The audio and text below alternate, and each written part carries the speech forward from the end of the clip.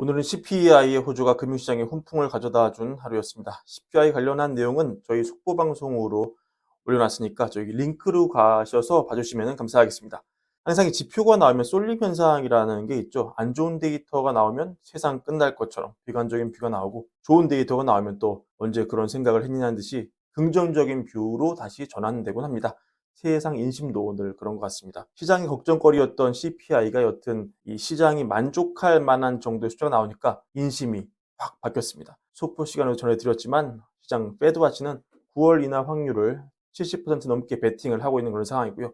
골드만삭스는 한 발 나아가서 기존 7월 인하설을 더 세게 밀고 있습니다.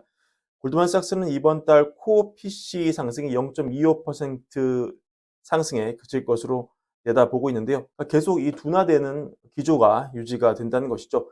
시장 다수가 9월 인하에 베팅하고 있지만 이번 CPI 둔화로 골드만이 밀던 7월 인하설도 덩달아 주목을 받으면서 시장 기대를 키우고 있습니다. 제가 골드만삭스의 입장에 개인 홍장원으로 찬성한다는 건 아니지만 조기 금리 인하설에 좀 더 힘을 실을 수 있는 근거를 좀 더 살펴보자면요. 클리블랜드 연은이 보여준 인플레이션 나우 캐스팅을 보면 다음 달에 나오는 CPI는 월간 기준으로 0.11% 상승, 코어가 0.3% 상승에 불과해서 코어는 이달과 별로 차이가 없겠지만 헤드라인 기준으로는 확실하게 잡히는 것으로 예측이 되고 있다. 이런 걸 근거로 일단 삼을 수 있을 것 같고요. 그리고 이달 나온 CPI 세부 자료 보면은 소보 시간에도 말씀드렸지만 이 주거비가 여전히 0.4가 월간 찍혀 있지만 만약에 이게 후행 지표라는 연준의 어떤 의견, 그리고 슈월츠만 블랙스톤 CEO가 주장하는 그런 내용을 우리가 받아들인다면은 이것은 떨어지는 것은 시간 문제라고 판단할 수 있고, 또 이 서비스 인플레를 높게 유지시켰던 그 투톱이 주거비와 자동차 보험이었는데요. 이 자동차 보험료가 많이 이달도 오르긴 했어요. 1.8 오르긴 했지만 전달 비해서는 둔화가 됐죠. 2.6에서 떨어졌으니까요. 그리고 이 사이클상 여러분 생각해 보세요. 이 차값이 오르면 시차를 두고 자동차 보험료가 제일 마지막에 오릅니다. 너무 당연한 얘기인데 상상을 해보면 시차를 두고 오르는데, 왜냐면 이 자동차가 사고가 났습니다. 근데 차값이 올라 있어요. 근데 자동차 가격이 올라 있으면 사고가 났을 때 수리비가 또 오르겠죠? 그러면 이게 시간을 두고 보험사의 손해율을 너무 올립니다. 왜냐면 물어줘야 될 보험료가 높기 때문이죠. 그러니까 이 손해를 견디다 못해 보험사가 보험료를 올립니다. 그리고 마찬가지로 차량이 사고가 나더라도 렌트를 해줬어요. 차값이 오르면 렌트비도 오르겠죠? 그럼 또 보험사 부담이 커지겠죠? 이게 시차를 두고 역시 나중에 가서야 보험료가 올라가는 그런 메커니즘으로 구성이 되는 겁니다. 그러니까 최근 들어 보였던 자동차 보험료의 상승, 연간 기준은 여전히 20이 넘게 올라 있는데 정말 살인적이잖아요. 이거는 사실은 과거에 우리가 공급망 이슈로 자동차 가격, 그리고 중고차 가격이 미국에서 정말 말도 안 되게 오를 때 기억나시죠? 그때 이때는 우리 정말 그 특파원 중에서도 운이 좋은 분들은 중고차를 사가지고 오히려 팔고 떠날 때 더 비싸게 팔고 떠난 사람도 있다고 합니다. 그만큼 타는 동안 이 감가상각이 됐을 텐데 말도 안 되는 상황이 벌어진 거죠. 그 당시 말도 안 되게 올랐던 차값이 이 시차를 두고 지금 폭탄처럼 보험료를 올리는 이런 메커니즘이 된다는 그런 얘기죠. 근데 지금 중고차 가격, 신차 가격이 보시면 다 이 마이너스가 났거든요. 그러니까 자동차 보험료도 좀 기다리면 잠잠해지는 게 논리적으로 맞는 것이죠. 이런 논리가 뒤에 숨어 있습니다. 그러니까 지금 주거비도 후행 지표고 자동차 보험도 후행 지표다. 이렇게 믿는 분들 입장에서는 앞으로 물가는 시간이 지나면 떨어지는 것으로 예정이 된, 그러니까 밥상을 받아놓은 상태다. 이렇게 판단할 여지가 있다는 것입니다. 물론 지금 이 주거비가 떨어진다 해놓고서 계속 안 떨어져서 좀 문제가 되고 있긴 한데, 여튼 그리고 지금 속보 시간에도 제가 전해드렸지만 소매 판매가 둔화가 되는 수치가 나오고 있고, 맥도날드 매출도 줄고 스타벅스마저도 지금 2020년 이후에 처음으로 분기 매출이 감소할 정도로 밑바닥 경기가 좋지 않다. 2020년은 이때 코로나 이후로 뭐 매장에 앉아있을 수도 없고 그때일 텐데요. 그때 이후로 처음으로 분기 매출이 감소했다는 것은 많이 안 팔린다는 것이죠. 그래서 일부 보고서를 보면 저소득층 사이에서는 고금리 자체가 너무 큰 고통이다. 이런 분석이 나오고 있습니다. 왜냐면 단순하게 생각해서 돈 많은 분들은 저금 많고 주식 많고 현금도 많아요.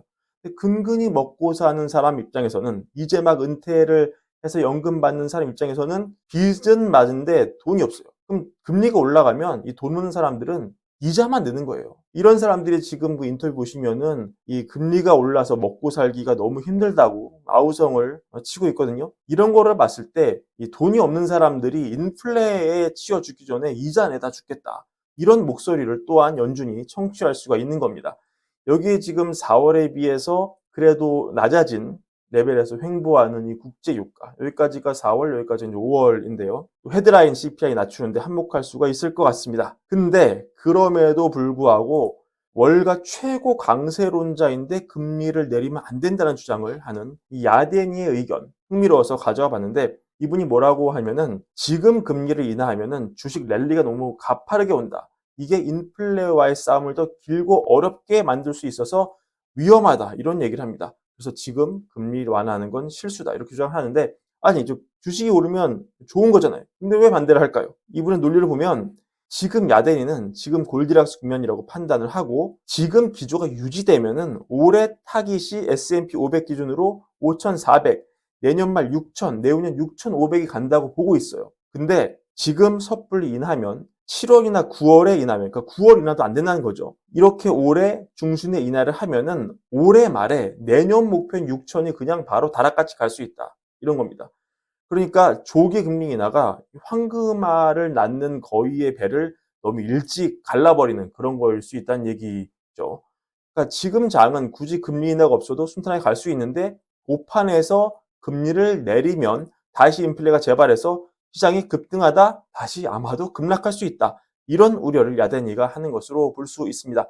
그리고 금리 얘기가 나와서 그 논평이 있어서 하나 좀 가져와 봤는데, 트럼프에 관해 쓴 건데요. 그 유명한 빌 더들리 전 뉴욕 페드 총재가 쓴 블룸버그 칼럼입니다. 어떻게 얘기를 하고 있냐면, 제목이 트럼프가 연준을 장악할 수 있을까? 정말 무서운 생각이다. 뭐 이런 제목인데, 이렇게 얘기를 합니다. 도널드 트럼프가 지금 사실 선거하면은 대통령 복귀할 가능성이 높죠. 이런 가능성이 많은 우려를 낳고 있다. 만약에 그가 연준에 더 많은 통제권을 행사해서 인플레이션 억제와 이 경제 안정 유지를 방해하면, 연준의 독립성을 훼손한다면 어떻게 될 것인가? 이게 쉽지는 않겠지만 정말 두려운 전망이다. 지금 트럼프가 연준에 자기 사람을 심으려고 하고 파월을 잘라버리려고 하는데, 물론 이게 이론적으로 쉽진 않다. 왜냐면 그의 두 번째 임기인 4년 동안 임기가 만료되는 사람은 파월 플러스 쿠글러 이원 두 명에 불과하고, 또 연준위원을 임명하려면 상원의 인준도 필요하기 때문이다. 그리고 파월을 중도 해임하는 것도 전례가 없다.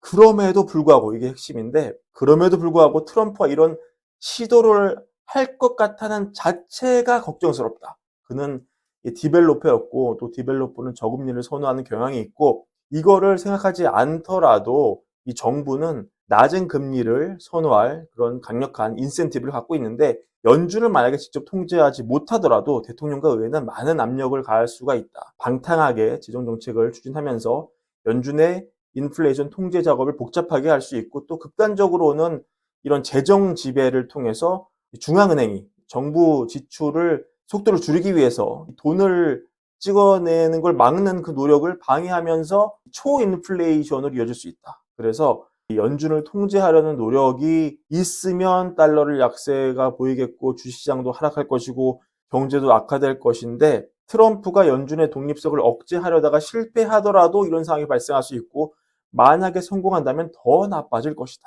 그래서 지금 대선 앞두고 시장이 너무 느긋해서 자기는 좀 놀랍다. 트럼프의 연준에 대한 발언, 이거를 그냥 문자 액면 그대로 받아들이기는 어렵겠지만 이를 심각하게는 생각해야 한다. 이런 논리였습니다. 하지만 일단 1번, 트럼프가 100%로 된다는 보장이 없죠. 그리고 2번, 트럼프가 진짜로 이렇게 시도할지 사실 알 수 없죠. 가봐야 알죠. 그러니까 이게 가정에 가정을 더한 글이기 때문에 제가 이렇게 생각한다는 게 아니라 이런 빌 더들리의 우려가 있다. 이런 점을 오늘 방송을 통해서 전해드립니다. 그리고 아마도 반대편 쪽에서는 뭐 바이든이라고 뭐가 다를 것 같느냐? 지금 올해 재정을 푸는 거 보면 뭐 이런 생각도 할 수는 있을 것 같습니다. 자, 오늘 준비한 브랜드 영상은 여기까지고요. 월걸부 구독과 좋아요 부탁드리고 저희 채널도 많은 사랑 함께 부탁드립니다. 감사합니다.